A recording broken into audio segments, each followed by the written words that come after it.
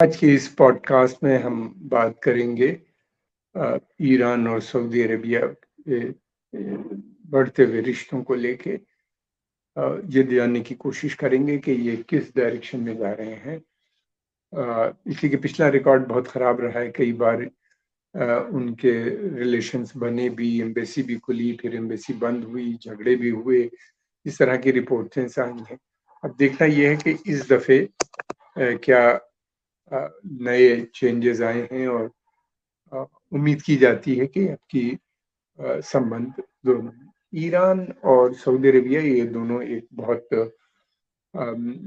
शक्तिशाली देश है इस पूरे खित्ते में। जो वहाँ का तेल से भरा हुआ कहलाता है, ऑयल रिच रीजन है। इस यहाँ पे इन जगहों के ऊपर काफ़ी मिनरल्स और रिसोर्सेज भी पाए जाते हैं और लगभग 20-30% से भी ज़्यादा तेल की ग्लोबल ऑयल सप्लाई यहीं से जाती है पूरी दुनिया में। अगर यहाँ पे कुछ टेंशन बढ़ता है या यहाँ पे कुछ प्रॉब्लम्स आती है या ऑयल सप्लाई डिसरप्ट होती हैं, तो फिर उसका असर पूरी दुनिया की इकोनॉमी पे पड़ता है। तेल के दाम बढ़ते हैं या तेल के दाम घटते हैं, उसका भी सीधा असर इकोनॉमीज़ पे पड़ता है। सऊदी अरेबिया ने पिछले काफ़ी समय से हम देख रहे हैं, पहले इंटरनल अपने यहाँ के जो चीज़ें हैं, अपनी जो डोमेस्टिक पॉलिसी और जो उसकी अंदरूनी पॉलिसी या उसकी फॉरेन पॉलिसी जो थी, इसमें मेजर चेंजेस लाने के लिए उसने जो इंस्टीट्यूशंस थे, उनको उसमें चेंजेस लाया, उनको कंट्रोल किया इंस्टीट्यूशंस को। और जो पुरानी उसकी नीतियाँ थीं और जो चीज़ें थीं, उनको अब वो धीरे-धीरे शेड कर रहा है। ये वो इंस्टीट्यूशंस थे जो उसको नीति परिवर्तन से रोक रहे थे, क्राउन प्रिंस मोहम्मद बिन सलमान को। उन्हीं ने पहले उन इंस्टीट्यूशन को कंटेन किया। उसमें एक तो कट्टरपंथी धार्मिक इंस्टीट्यूशंस थे जो रिलीजियस एस्टैब्लिशमेंट मुल्क का था, उसके ऊपर थोड़ी सख्ती की और फिर उसके बाद वहाँ पे अपना एक माहौल बनाया उन्हीं ने ऐसा कि जिसमें फॉरेन इन्वेस्टमेंट आ सकें, टूरिस्ट आ सकें। और जो बहुत समय से डिमांड थी वहाँ के लोगों की और यूथ की और लड़कियों की, जो जेन्युइन डिमांड्स जिसको वो समझते थे, उनको उन्हीं ने पूरा किया। एक लिबरल माहौल उनके अंदर बनाया। फिर उसके अलावा ये भी था कि उन्हीं ने जो 2 चीज़ें थी। एक तरफ तो ये रूढ़िवादी जो पॉलिसी थी उसको आगे बढ़ा रहे थे ये इंस्टीट्यूशंस, और दूसरी तरफ ये इंस्टीट्यूशन उसको इंडिपेंडेंट फॉरेन पॉलिसी या इंडिपेंडेंट डोमेस्टिक पॉलिसी लेने से भी रोकते थे और मुल्क को पूरी तरीके से अमेरिका के साथ जोड़े हुए थे। तो उन्हीं ने उसको भी कंट्रोल करने की कोशिश की है और पॉलिसी जो बनाई उसमें यह है कि अब सऊदी अरेबिया जो है वो इंडिपेंडेंट फॉरेन पॉलिसी रखेगा और अपने हित में काम करेगा, न कि किसी बड़े पावर की के इंटरेस्ट को आगे बढ़ाएगा। तो ये मेजर चेंजेस थे। इनको 2 जगह से काफ़ी प्रॉब्लम आ रही थी। एक तो रिलीजियस एस्टैब्लिशमेंट जो मुल्क का था और दूसरा ये था हाउस ऑफ सऊद, जो इनका अपना फैमिली जो थी, वो भी उसमें भी काफ़ी लोग नहीं चाहते थे कि बदलाव आए। तो उन लोगों को भी उन्हीं ने काफ़ी कंटेन कर दिया। मैं ये नहीं कह रहा हूँ कि उन्हीं ने रिलीजियस एस्टैब्लिशमेंट को ख़त्म कर दिया या हाउस ऑफ सऊद को बिल्कुल ख़त्म कर दिया, बल्कि उनको कंटेन कर दिया और खुद इंडिपेंडेंट पॉलिसी डिसीजन।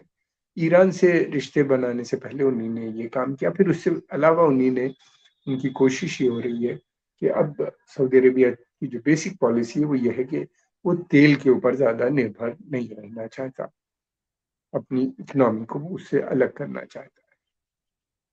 धीरे-धीरे निर्भरता कम करके। तो उसके लिए उन्हीं ने विज़न 2030 बनाई और उसके तहत उन्हीं ने काम करना शुरू किया कि वहाँ पे डेवलपमेंट होंगे, नई सिटीज़ बनेंगी, टूरिज़्म होगा, इंडस्ट्री लगेंगी और बहुत से इस तरह की चीज़ें होंगी, फॉरेन इन्वेस्टमेंट आएगा। तो उसके लिए भी कुछ चेंजेस करने ज़रूरी थे मुल्क के अंदर कि इन्वेस्टर्स आए, लगाए, इस रिजिड माहौल में वो काम ना करें। तो इस तरीके से बड़े चेंजेस उन्हीं ने लेके आए। फिर उसके बाद उन्हीं ने इसी बीच में क्वाइटली इराक की मदद से ईरान से बातचीत करनी शुरू की। बातचीत काफ़ी हद तक आगे बढ़ी, फिर रुकती भी थी, और ओमान ने भी इनकी मदद की। सिक्योरिटी टॉक्स जो थी वो ईरान के थ्रू हो रही थी, और धीरे-धीरे हमने बाद में देखा कि ये एक एग्रीमेंट दोनों देशों के बीच में हो गया, जो चाइना के अंदर हुआ, चीन के अंदर। लेकिन एग्रीमेंट, फाइनल एग्रीमेंट होने से पहले इन्होंने ऑलमोस्ट तय कर लिया था। जो निटी-ग्रिटी थोड़ी बहुत बची थी, वो उन्हीं ने पीकिंग में तय की है, चाइना के अंदर ये मसलों को हल किया। अब यह है कि आज से वहाँ पे ईरान एम्बेसी भी वहाँ पे खुल रही है। ईरान एम्बेसी, अभी सऊदी एम्बेसी तेहरान में नहीं खुली है। ईरान ने अपनी एम्बेसी वहाँ पे खोल दी, क्योंकि जल्दी ही हज होने वाला है अगले महीने में शायद, तो उससे पहले उनके बड़े लोग जाएंगे, उसको फैसिलिटेट करना था, इसलिए उन्होंने जल्दी कदम लिया और ये अच्छा। अब देखना यह है कि दो तीन चीजें हैं। पहली बात तो यह है कि ये रिश्ते कितने मजबूत। ईरान जो है वो वो भी मुस्लिम देश, लेकिन उनके यहाँ रिलीजियस आइडियोलॉजी थोड़ी सी फर्क नजर आती है। ये डिफरेंस वैसे ही है जो शिया सुन्नी का डिफरेंस है। उनके यहाँ जो है उनके यहाँ भी इस्लामिक रिपब्लिक है, उन्हीं ने रिपब्लिक बनाई है। वो लोग जो है ईरानियन रिवोल्यूशन जो है वो बेसिकली तानाशाही और बादशाह यानी किंगशिप के खिलाफ आया था, और उसी को वो मानते भी हैं, उसी को वो आगे प्रमोट भी करते हैं। उनका मानना ये है कि इस्लाम में न तो बादशाहत की कोई जगह है और ना ही अथॉरिटेरियन रूल की ये जगह है। हालांकि एक बड़ी डिबेट है इस पे, कभी हम और बात भी करेंगे। लेकिन ये है कि उन्हीं ने उनकी जो रिलीजियस आइडियोलॉजी है वो इसमें ये है। दूसरी तरफ ये भी है कि ईरान के अंदर जो है उनकी थियोलॉजी जो है, शिया थियोलॉजी में एजुकेशन पे बहुत जोर है, और डेवलपमेंट के ऊपर, और साइंस एंड टेक्नोलॉजी भी वो समझते हैं कि ज़रूरी है मुल्क के लिए, और डेवलपमेंट होना चाहिए। और इन लोगों ने अपनी जो पॉलिसी है वो सेल्फ रिलायंस की अपनाई। सऊदी अरेबिया मतलब इसकी बात करते हैं, सेल्फ रिलायंस की। उसमें ईरान से नहीं ये सबक लिया है, लेकिन उसको एहसास हुआ है खुद। तो इस तरीके से ये है। इनके यहाँ जो थे वो रिलीजियस एजुकेशन पे सऊदी अरेबिया में बहुत ज़्यादा जोर था। उनका मानना ये था कि रिजीम जो है बहुत सख्त होनी चाहिए, सख्ती से डील करनी चाहिए, और दूसरी तरफ ये था कि इन्होंने डेवलपमेंट पे बहुत ज़्यादा और सेल्फ रिलायंस पे ज़्यादा जोर नहीं किया। और इनका ये मानना था कि जो कुछ भी है सिक्योरिटी, इनका एक ऑयल फॉर सिक्योरिटी डील है अमेरिका के साथ, सभी खाड़ी के देशों की। और वो उस डील के तहत काफी समय से सऊदी अरेबिया सस्ता तेल उनको दे रहा था अमेरिकन को, और उसके बदले में अमेरिका उनको सिक्योरिटी प्रदान कर। और ईरान का मानना यह है, ईरान काफी दिनों से इस बात पे जोर दे रहा है कि ये जो सिक्योरिटी का मसला है पर्शियन गल्फ की, ये वहाँ की देश को ही उसको की जिम्मेदारी बनती है, ना कि बिग पावर्स वहाँ पे आके करें। उनका कहना, वो काफी समय से कह रहे थे सऊदी से और दूसरे खाड़ी के देशों से, कि आप सिक्योरिटी को सबलेट मत कीजिए किसी दूसरे देश से, बल्कि हम सब मिलके उसकी सिक्योरिटी पे करें। तो उसके लिए भी अब मुझे लगता है कि शायद आने वाले समय में वहाँ से एक ये जो ऑयल फॉर सिक्योरिटी एग्रीमेंट है, इसमें मेजर चेंजेस भी मुझे नजर आते हैं। फिर उसके बाद ईरान ने एक चीज और कह रहा था। ईरान का हम सब लोग जानते हैं कि खुल के वो अमेरिका और इसराइल के खिलाफ है, और वो हर तरीके से उनकी जो फॉरेन पॉलिसीज पूरे क्षेत्र को लेके है या इसराइल को लेके है, उसका वो खंडन करते हैं। सऊदी अरेबिया भी इसराइल की पॉलिसी पे ज़्यादा तो नहीं बोलता, लेकिन यह है कि वो जो पार्टीशन रेजोल्यूशन है उसको उसको मानना ये है, उसका कहना यह है कि वो इसराइल को मान्यता देने, ये अरब लीग डिसीजन है, अरब लीग समिट में तय हुआ था कि वो इसराइल को मान्यता देने पे तैयार है, मगर शर्त यह है कि वो पूरी जो ऑक्युपाइड टेरिटरीज हैं 1967 वॉर में जो उसने ऑक्युपाई की थी, उन सारी टेरिटरीज से विड्रॉ हों और टू स्टेट सोल्यूशन की बात करता है। और वो ये भी कहता है कि पीसफुल निगोशिएटेड सेटलमेंट हो तो बेहतर है। लेकिन ये है कि ईरान तो इसराइल को शुरू से नहीं मानता, वो उसको एक एलियन स्टेट एक बाहर का मानता है। डिफरेंसेस इसके अलावा और भी बहुत से हैं इन दोनों में। एक तो अरब पर्शियन राइवलरी आज की नहीं है, बहुत ज़माने से चली आ रही है।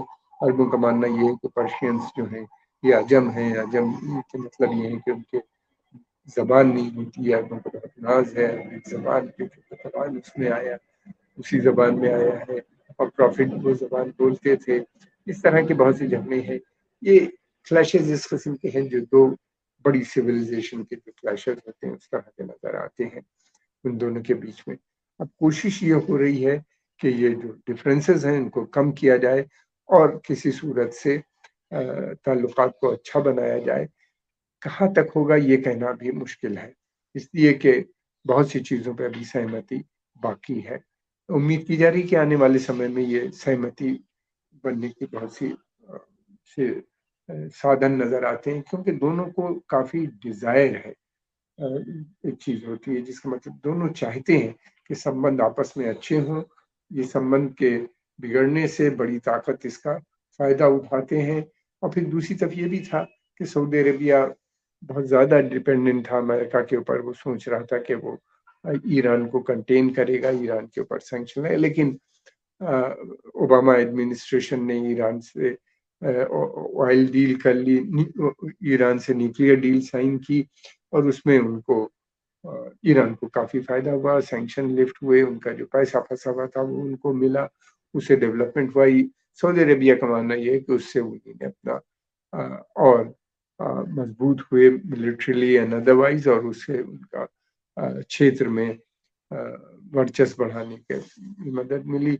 लेकिन ट्रंप एडमिनिस्ट्रेशन उससे बाहर आ गए, तो सऊदी उम्मीद कर रहे थे कि शायद ट्रंप एडमिनिस्ट्रेशन जो है वो कंटेन करने में कामयाब हो जाएगा ईरान को।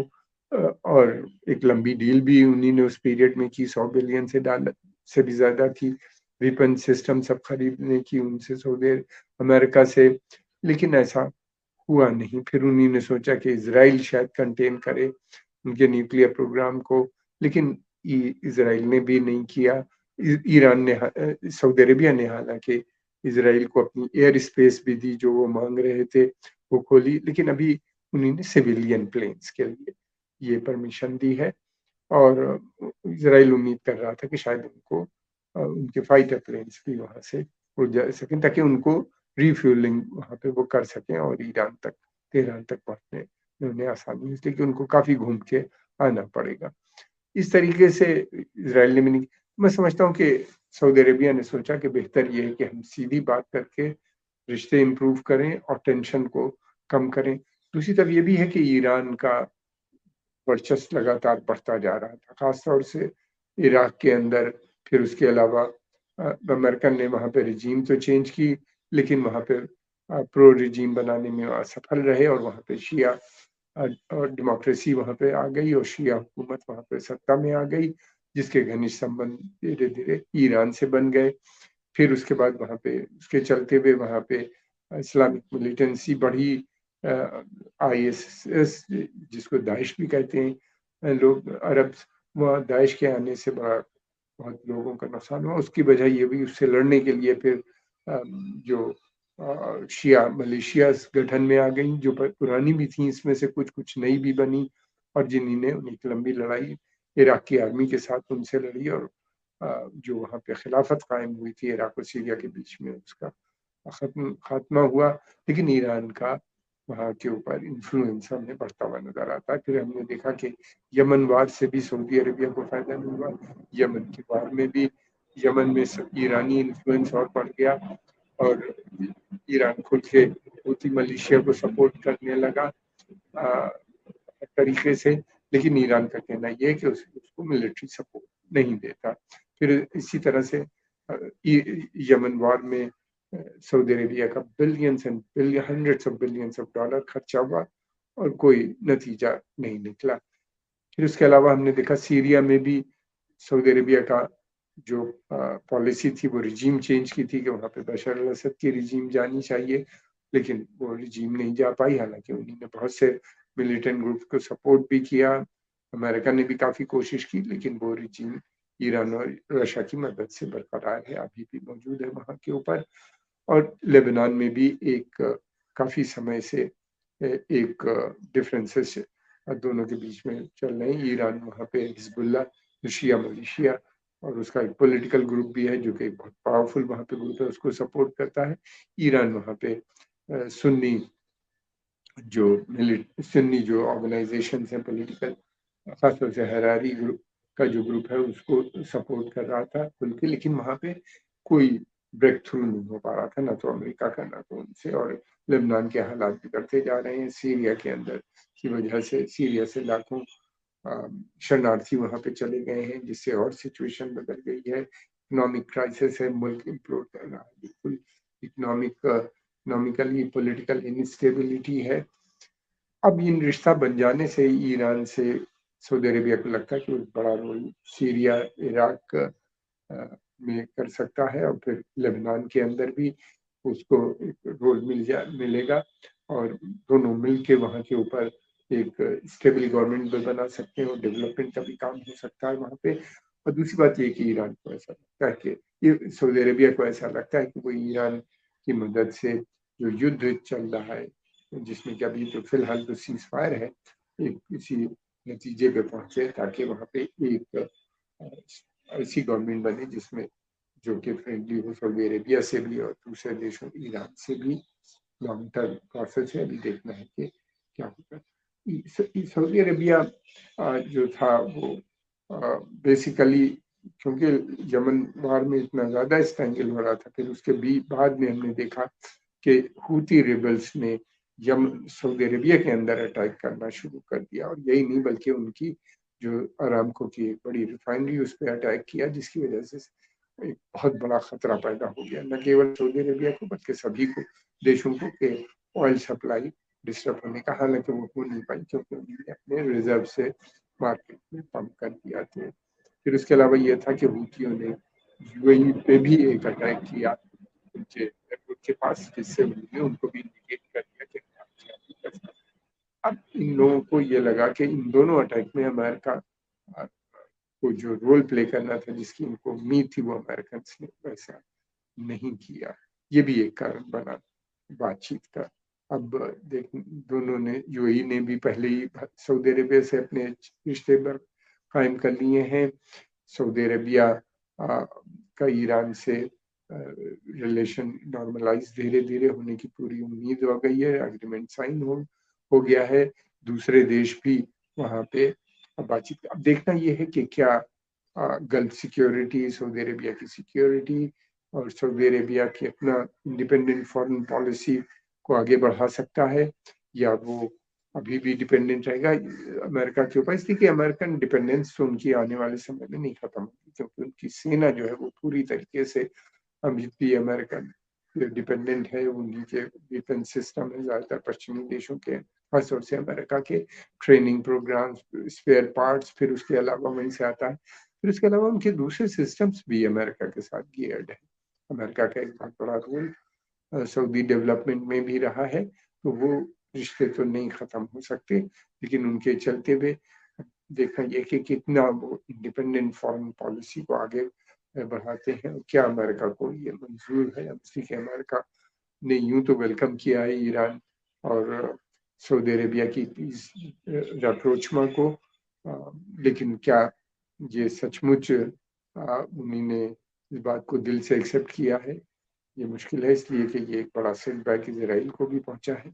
इजराइल को पूरी उम्मीद थी कि वो सऊदी अरेबिया उसकी मदद करेगा। ईरान उस समय, जिस समय वो अटैक करेगा ईरान के न्यूक्लियर इंस्टॉलेशन में, तो ये एक उनको भी सेटबैक पहुंचा है। हालांकि अमेरिका ने अभी रिसेंटली कहा है कि वो सऊदी अरेबिया पे प्रेशर डालेंगे या बातचीत करेंगे उनसे कि वो अब्राहम का अकॉर्ड, जो यूएई और बहरीन ने इजराइल से साइन की है, इसको वो भी ज्वाइन करें।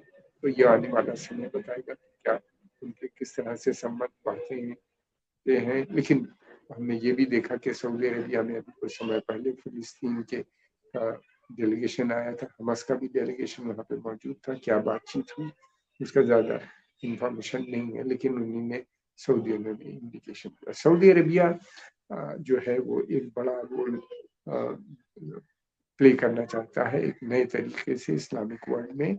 और अ, पू- वो एक सऊदी अरेबिया के साथ एक एडवांटेज ये है कि वो जो इस्लाम की दो सबसे ज़्यादा होली प्लेसेस हैं वो सऊदी अरेबिया में है, मक्का और मदीने में। फिर वहाँ पे हज में भी लाखों लोग वहाँ पे हर साल आते हैं। सऊदी अरेबिया की एक बड़ी यूनिक पोजीशन है इस्लामिक देशों में, जिसका जिसका और एक वो वहाँ का जो किंग होता है वो इन दोनों जगहों के इन दोनों होली मॉस्क जो है उनका गार्डियन भी होता है, मुहाफिज के रूप में भी काम करता है। तो इस तरह से एक बड़ी अब देखना यह है कि वो आगे किस तरीके से अपने रिलेशंस को बढ़ाते हैं और कितना इंडिपेंडेंट फॉरेन पॉलिसी। ईरान का जहाँ तक सवाल है, ईरान की पॉलिसी में कोई ज़्यादा चेंज अभी नहीं है नज़र आता। वो रिश्ते उन्होंने सऊदी अरेबिया से अच्छे किए हैं और वो चाहेंगे कि वहाँ पे गल्फ सिक्योरिटी का भी जो आर्किटेक्चर है उसमें बदलाव आए और वहाँ से फॉरेन ट्रूप्स, उनका कहना ये है कि वहाँ से अल्टीमेटली जाने चाहिए और सभी मुल्क मिल के उसकी उसकी हिफाजत करें उस पूरे क्षेत्र की। आज के इस एपिसोड में इतने ही। आगे हम फिर किसी और नए टॉपिक